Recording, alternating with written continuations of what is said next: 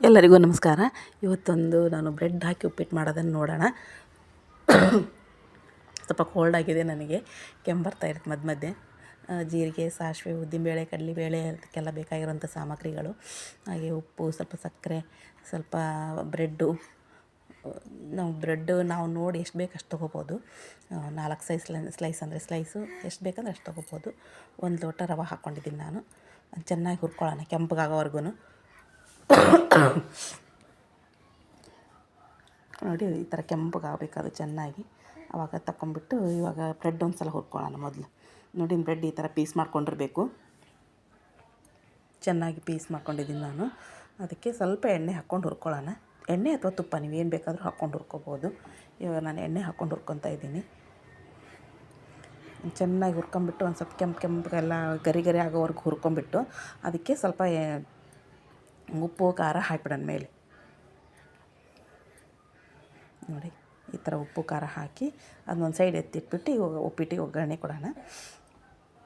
ನೀವು ಯಾರಾದರೂ first time ನನ್ನ ಮೊಬೈಲ್ ನನ್ನ ವಿಡಿಯೋ ನೋಡ್ತಾ ಇದ್ದರೆ ಸಬ್ಸ್ಕ್ರೈಬ್ ಮಾಡ್ಕೊಳ್ಳಿ ಪ್ಲೀಸ್. ಲೈಕ್ ಮಾಡಿ, ಕಮೆಂಟ್ ಮಾಡಿ, ಶೇರ್ ಮಾಡಿ. ಇವಾಗ ಇದನ್ನು ಒಂದು ಕಡೆ ತೆಕ್ಕೊಂಡು ಇಟ್ಕೊಂಬಿಡೋಣ. ಇವಾಗ ಉಪ್ಪಿಟ್ಟಿಗೆ ಒಗ್ಗರಣೆ ಮಾಡೋಣ. ಎಣ್ಣೆ ಹಾಕ್ಕೊಳ್ಳೋಣ ಇವಾಗ ಸ್ವಲ್ಪ. ಇದಕ್ಕೆ ಒಂದು 3 ಚಮಚ ಹಾಕಿದರೆ ಸಾಕು ಎಣ್ಣೆನ. ಇದಕ್ಕೆ ಸ್ವಲ್ಪ ಉದ್ದಿನಬೇಳೆ, ಕಡಲೆಬೇಳೆ, ಜೀರಿಗೆ, ಸಾಸಿವೆ, ಕರಿಬೇವು ಎಲ್ಲ ಹಾಕ್ಕೊಳ್ಳೋಣ.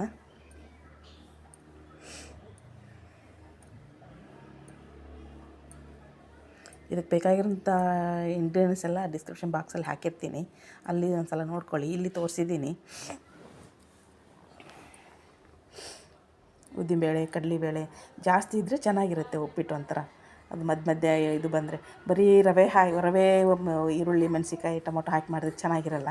ಈ ಥರ ಉದ್ದಿನಬೇಳೆ, ಕಡಲೆಬೇಳೆ, ಕೆಲವರು ಶೇಂಗಾ ಬೀಜನೂ ಹಾಕ್ಕೊತಾರೆ. ನಾನು ಒಂದೊಂದು ಸತಿ ಹಾಕಿರ್ತೀನಿ ಶೇಂಗಾ ಬೀಜನೂ, ಈ ಸಲ ಹಾಕಿಲ್ಲ. ಒಬ್ಬೊಬ್ರಿಗೆ ಹೆಂಗೆ ಇಷ್ಟ ಆಗುತ್ತೋ ಹಂಗೆ ಮಾಡ್ಕೊತಾರೆ. ಇವಾಗ ಅದೆಲ್ಲ ಉದ್ದಿನಬೇಳೆ, ಕಡಲೆಬೇಳೆ ಎಲ್ಲ ಕೆಂಪಗಾದ್ಮೇಲೆ, ಜೀರಿಗೆ, ಸಾಸಿವೆ ಚಟಪಟ ಆದಮೇಲೆ ಅದಕ್ಕೆ ಈರುಳ್ಳಿ, ಮೆಣಸಿನ್ಕಾಯಿ ಹಾಕಿ ಮುಚ್ಚಿಬಿಟ್ಟಿದ್ದೆ. ನಾನು ಪ್ರತಿ ಸಲ ಹೇಳ್ತೀನಿ, ಎಣ್ಣೆಯಲ್ಲಿ ಯಾವುದೇ ಒಗ್ಗರಣೆ ಮಾಡಿದ್ರೂ ಅದನ್ನು ಮುಚ್ಚಿಬಿಡಬೇಕು ಅಂತ. ಮುಚ್ಚಿಬಿಟ್ಟಿದ್ದೆ. ಇವಾಗ ಅದು ಚೆನ್ನಾಗಿ ಬೆಂದಿದ ಮೇಲೆ ಟೊಮೊಟೊ ಹಾಕ್ಕೊಂಡಿದ್ದೀನಿ. ನೋಡಿ ಸ್ವಲ್ಪ ಅರಿಶಿಣ ಪುಡಿ, ಉಪ್ಪು ಎಲ್ಲ ಮೊದಲೇ ತೆಗೆದಿಟ್ಕೊಂಡಿದ್ದೆ. ಒಂಚೂರು ಸಕ್ಕರೆ, ಚೆನ್ನಾಗಿರುತ್ತೆ ಸಕ್ಕರೆ ಇದೆಲ್ಲ ಹಾಕ್ಕೊಂಡು, ಟೇಸ್ಟಿಯಾಗಿರುತ್ತೆ ಅದೊಂಥರ. ನೋಡಿ ಇದೆಲ್ಲ ಮೆತ್ತಗೆ ಬೆಂದಮೇಲೆ ರವೆ ಹಾಕ್ಕೊಂಬಿಡೋಣ. ಇದಕ್ಕೆ ಹುರಿದು ರವೆನ ಒಂದೇ ಸಲ ನೀವು ಅಲ್ಲಿ ಹುರಿಯೋ ಬದಲು ಇಲ್ಲೇ ಒಂದೇ ಸಲ ಹುರ್ಕೋಬಹುದು. ಆದ್ರೂ ಇಲ್ಲಿ ಎಷ್ಟು ಕೆಂಪು ಆಗೋದಿಲ್ಲ, ಮೊದಲು ಹುರಿದಷ್ಟು ಕೆಂಪಿಗೆ ಇಲ್ಲಿ ಬರೋದಿಲ್ಲ. ಅದಕ್ಕೆ ಅಂದ್ಬಿಟ್ಟು ನಾನು ಮೊದಲೇ ಹುರಿದಿಟ್ಕೊಂಡಿದ್ದೀನಿ. ನೋಡಿ ಒಂದು ಕಡೆ ನೀರು ಕುದಿಯೋಕೆ ಇಟ್ಬಿಟ್ಟಿದ್ದೆ. ಆ ನೀರು ಕುದ್ದಿತ್ತಲ್ವ, ಇದು ಮೆಥಡ್ಡು ಚೆನ್ನಾಗಿರುತ್ತೆ. ಇದೊಂಥರ ನೀವು ಎಲ್ಲ ಒಗ್ಗರಣೆ ಮಾಡಿಬಿಟ್ಟು ಒಗ್ಗರಣೆ ಕೊಟ್ಟು ಅದೇನದು ನೀರೆಲ್ಲ ಕುದಿಸಿಬಿಟ್ಟು ಆಮೇಲೆ ರವೆ ಹಾಕ್ಕೊಳ್ಳೋದು ಒಂಥರ ಇದಾಗುತ್ತೆ. ಇದು ಒಂಥರ ಟೇಸ್ಟ್ ಚೆನ್ನಾಗಿರುತ್ತೆ. ಒಂದೊಂದು ಸಲ ಎಲ್ಲ ಇದಾದಮೇಲೆ ಇಲ್ಲೇ ಟೊಮೊಟೊ ಹಾಕಿರ್ತೀನಿ ನಾನು, ಆ ಥರನೂ ಮಾಡಿರ್ತೀನಿ. ಇದೆಲ್ಲ ನೀರು ಇಂಗಿದ ಮೇಲೆ ಇದಕ್ಕೆ ಬ್ರೆಡ್ಡನ್ನು ಹಾಕಿ ಮಿಕ್ಸ್ ಮಾಡಿಬಿಡೋದು ಎಲ್ಲ.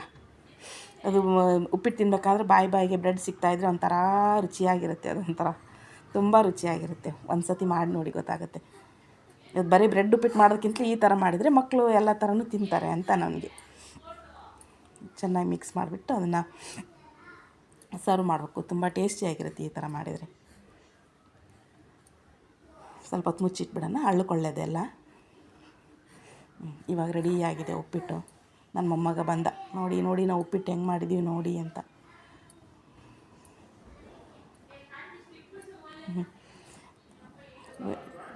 ನನ್ನ ವಿಡಿಯೋ ನೋಡಿದ್ದಕ್ಕೆ ಧನ್ಯವಾದಗಳು ಎಲ್ಲರಿಗೂ. ಎಲ್ಲರೂ ಸಬ್ಸ್ಕ್ರೈಬ್ ಮಾಡ್ಕೊಂಡು ನೋಡಿ, ಹಾಗೆ ನೋಡಬೇಡಿ, ಸ್ವಲ್ಪ ಇದಾಗುತ್ತೆ ನನಗೂ. ಥ್ಯಾಂಕ್ ಯು ವಿಡಿಯೋ ನೋಡಿದ್ದಕ್ಕೆ.